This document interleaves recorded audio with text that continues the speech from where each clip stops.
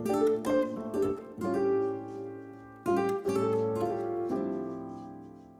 cooperative. Hey dudes, and welcome back to my freaking channel. It is I, Julianne, and we are back at it with another monthly plan with me. It is the end of February, which means we are planning for March, and for this month's theme, I decided to go with milk cartons as little Asian food stalls slash houses. In typical Julianne form, this theme is overly complicated and a little hard to understand, but trust me, it's super cute, and once you see it, you'll totally click. So if you're here to plan with me, make sure you have your stationery ready, and if you're here just to hang out, make sure you have a snack, a beverage, and let's get on with the video. Hello, welcome to the voiceover. For today's spread, we're going to be using the glorious Tombow Fudenosuke. We love a nice, flexible, but not too floppy tip, and honestly, the Pigma Micron I wanted to use was running out of ink and I was a little too lazy to go to the store. Alas, the Tombow Fudenosuke pretty much achieves any line weight that you want.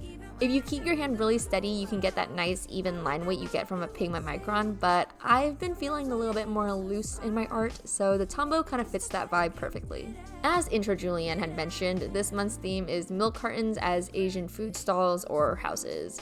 It's like if I took my March and January theme from last year and smushed them together.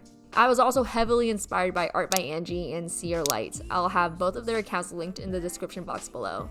Even though these were the two accounts I was inspired by, I know that everyone and their mama be drawing little houses out of random objects, so I don't know who originated this idea, but I do know for a fact that Art by Angie and Seer Light definitely helped popularize it.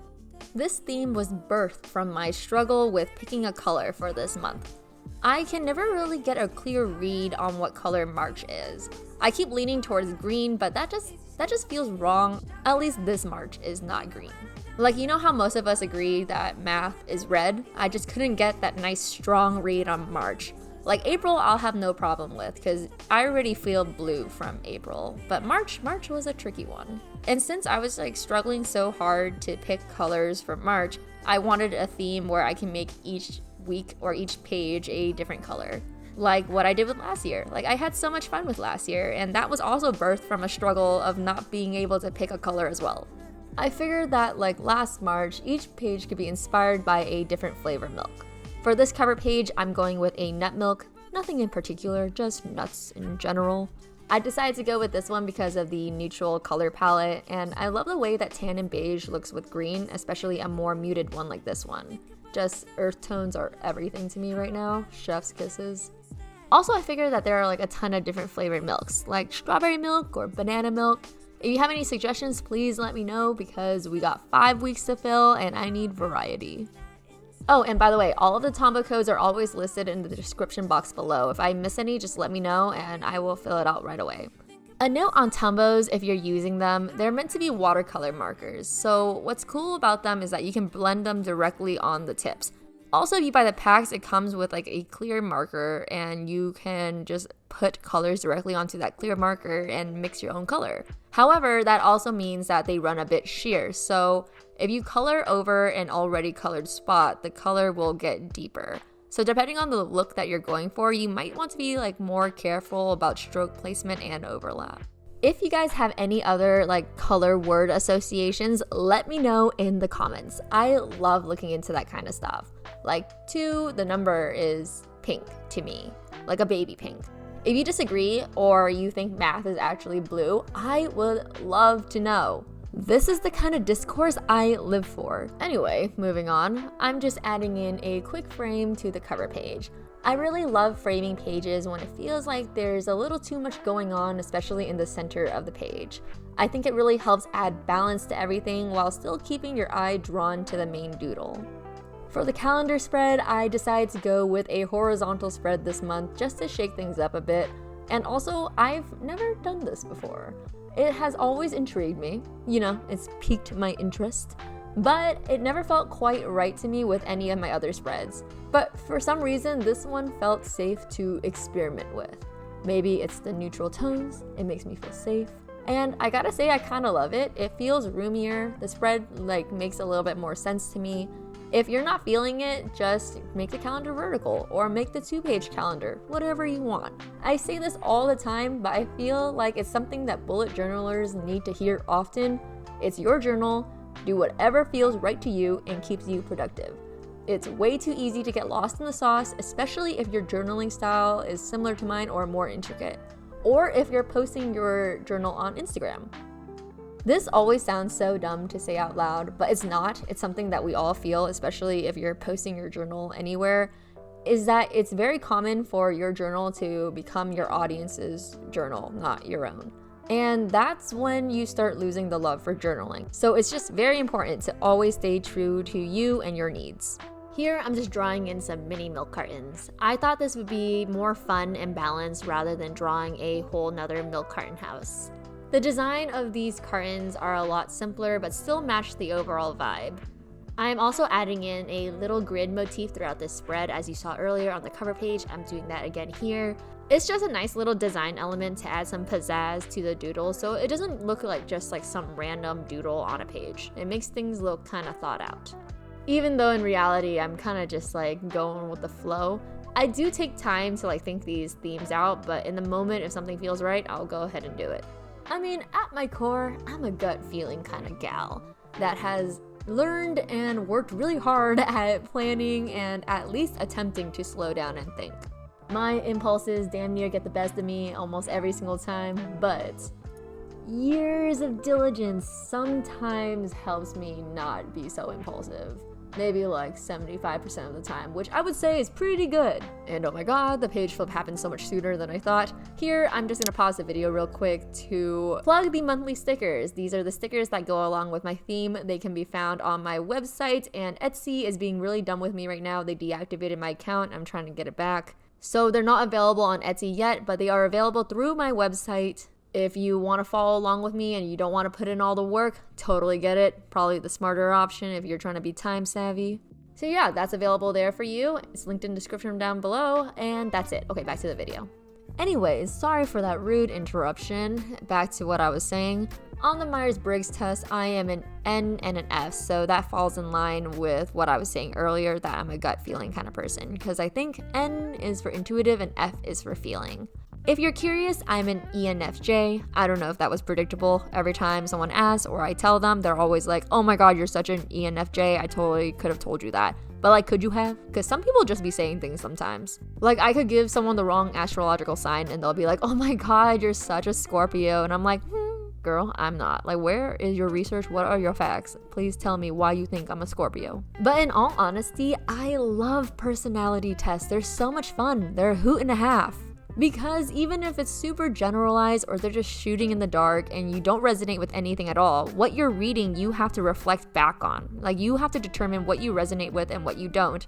And I find it so fascinating, like, that whole process. Because if you're reading something and it feels kind of weird and it makes you feel uncomfortable, like, why does it make you feel uncomfortable? Because some of these tests cut a little too deep and you're like, oh my god, why did you cut so deep? It's so out of pocket, you know? Like, recently my friend Amanda turned me on to the Enneagram test and I've been obsessed. She sent me the test. She sent me like a glossary of all the results and the summaries and all this kind of information. And she also sent me a podcast. She was really trying to sell this thing. Like, the Church of Scientology should really look into recruiting her because she's incredible at indoctrinating people. Or at least an MLM, because after she sent me that, I made all of my friends and my family members take the test. If the Enneagram test was an MLM, she would be rolling in it. I am a 3, and the percentage it gave me was 95%, so I'm pretty hardcore a 3, and the next highest I got was a 7. I have never read another personality analysis more accurate than this, or I've never resonated with one as much as I resonated with this one. This analysis was definitely an example of something that cut a little too deep. If you're not familiar, definitely take the test. It's a lot of fun to read. But in summary, I am a clout chaser. If that wasn't already obvious. I'm just kidding if other 3s out there are offended, but 3s are very ambitious people who value accomplishment and achievement, mostly defined by society. What hit me most was 3s feel that they are only loved when they are achieving, and I might be butchering this, but oh my god, that made me want to cry. That is how I feel all of the time. It's where my anxiety stems from, and if you have ever heard me talk about my anxiety, I talk about it a lot, so if you've seen any of my other videos before, you will have heard me talk about it. It comes from the fear of failure, and to some extent everyone feels this, but for me it is my primary motivator and source of anxiety. I truly have issues believing that anyone would still love me if I decided to be a societal bum. all of it feels kind of conditional to me. And that roots even deeper because sometimes I feel like no one actually likes me. Oh my god, that's like so dramatic. But yeah, sometimes it feels that way. Like no one likes my personality, no one finds me charming. And I know it kind of sounds like, oh my god, give me compliments, give me attention. But that's not what it is. I don't really care about like the compliments or attention. I just don't want to be alone because I'm not achieving things. Like when I am at my most mentally unhealthy, it really does feel like I need to constantly achieve in order to not be alone, like to not be a pariah. And like I said, that's like pretty extreme. It's super duper dramatic. I only feel like this every once in a while. It's super rare. It's only if my anxiety gets really bad. A few years ago, I was probably feeling that like half the time because I was in the midst of switching up my career. Even nowadays, I'm not like really too sure what the future holds for me, but I've come to like it a lot more. And nowadays, I'm a pretty healthy 3, at least like a low to medium healthy 3 for the most part. And I'm pretty confident in who I am without my accomplishments, but it's definitely something that still affects me, or at least is like a nagging little voice in the back of my head, like me. So dramatic, I know, I'm sorry. But that is why the Enneagram is so much fun. And if that didn't sound like fun to you, then we have different definitions of fun. I'll link the free test below because there is one that you can pay for, but I feel like this one is perfectly fine. And there's a nice little summary guide if you guys wish to partake.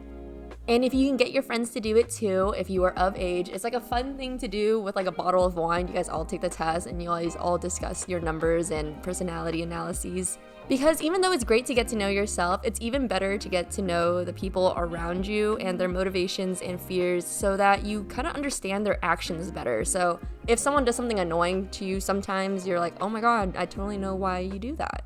And you can communicate with them better. So that's why I really love it. And back to the bullet journal. Again, I'm just drawing in little mini cartons. You've probably noticed, but this page is chocolate milk themed. And god, voiceovers for bullet journal videos are so ridiculous. Anywho, here I am moving on to the weekly spread. I haven't done a Dutch door in a long time, but I thought the beginning of March would be a perfect time to bring this back since the first 2 weeks are pretty jam-packed for me. But also they're very consistent, so this spread is usually very practical for that type of situation. The latter half of March, I'm traveling a lot, so it's go time in the first half. And March has a lot of things going on for me. Like there are a lot of events, I plan to do a lot of things with my shop. So it's probably going to be a vlog heavy month, which I'm pretty excited about. But they're not exactly studio vlogs. Like some of them will be studio vlogs, but others are like my life as an artist type thing. And I've been trying to think of like a nice catchy title for that. Artist Diaries already belongs to someone else, but because I'm JulianneDoodles, I was thinking like maybe like Doodle Diaries, or you know, I'm open for a suggestion. If you guys don't like Doodle Diaries, then let me know in the comments. I would love to workshop this with you guys. I feel like creating a lot of stuff right now. I feel very unencumbered. And as a creative, when you feel the least amount of pressure, I feel like that's when you are the happiest and that's when you create the most. The idea of like, oh, the artist has to be moody and depressed to create great art is like, that's so fake, because when you're depressed and you're moody, you don't want to do anything. Happy artists create art. Sad artists just want to go to sleep. And usually my bullet journal videos end at this point. This one is about 3 to 4 minutes longer than it usually is, so I think I'm gonna do a Q&A right now because I feel the temptation welling up, like it's from my gut. I want to talk about the Tinder Swindler. But I know not everyone has watched the Tinder Swindler, so if you haven't, please get on it and we'll talk about it in the next video, like probably the vlog. We'll discuss it because it is one of my favorite things I've ever seen. I have never been so obsessed with the word enemies before. But anyway, you guys sent in some cues that I can definitely A, and we can get started with some of those. There were quite a bit of questions, so I think we're only going to be able to do like maybe 5 or 6 of them. And the rest I'll save for like a studio vlog where I have a lot of painting footage and I just need something to put over the background. I'm just scrolling to the bottom. I haven't seen any of these questions yet, and I'll just answer the first one, which is, what are you studying at uni? I am no longer at university. I graduated 4 years ago and I got my degree in neurobiology and physiology at the University of California, Davis. Go Ags. I feel like my age is like such a question for people. People have no idea how old I am, which is a lot of fun. Is YouTube your full-time job or do you work somewhere else, and what are you doing? YouTube is not my full-time job, but YouTube is involved in my full-time job. This channel is just for funsies. If YouTube were to ever be my full-time career, in my eye, I wouldn't be a full-time YouTuber. I would be an artist, and YouTube is part of my career. But I'm very lucky. I'm doing something very close to what is the dream job, which is being a full-time artist. I'm a full-time creative, and my job at work is a creative producer. So what I do is I create content based on movies coming out, and YouTube is part of that. So that's why you guys see me filming a lot on Instagram. Before that, I was a UI designer, but I fell upon this opportunity and I was like, bro, I've never heard of this job before. I've got to try it. What is your favorite bullet journal theme? Oh my God, I have so many. Is that cocky to say? I love all of my themes, or I love 95% of them. I put a lot of hard work and sweat and tears and creativity into them so that I love them every single time I look at them. Some of the ones that stick out to me are Appa one, the pink bonsai one, January from last year, October from last year, I love Sailor Moon, and Kirby from this year. But it's hard because the best ones don't stick out to me, but the worst ones do. I hate the very first post I made on the JulianneDoodles account. It is a noodle theme. I hate all of those ones, the space theme and the noodle theme. I think those were back to back. But yeah, I absolutely hate those ones. And look at that, we are out of time. That was fun. All leftover questions will be answered at another time, and if you have any other ones, leave them in the comments. Thank you so much for watching my video. It means the whole freaking world to me. If you guys want to see any more videos from me, be sure to subscribe to my channel. If you guys like the video, give it a thumbs up. And if you guys want to leave a comment, leave me a comment. I love the comment section. As you can tell, I'm a talker. And if you guys want to see anything else from me, be sure to just check out the description box below. My shop is linked there in case you guys want the stickers that go along with the spread. All my socials, Instagram, Twitter, Twitch, all of those guys are there. And also my Instagram for my sticker shop. Also all my supplies, linked down below. And I believe that's it. Yeah, I'm done talking. Thank you guys so much for watching. I'll see you guys next time. Bye!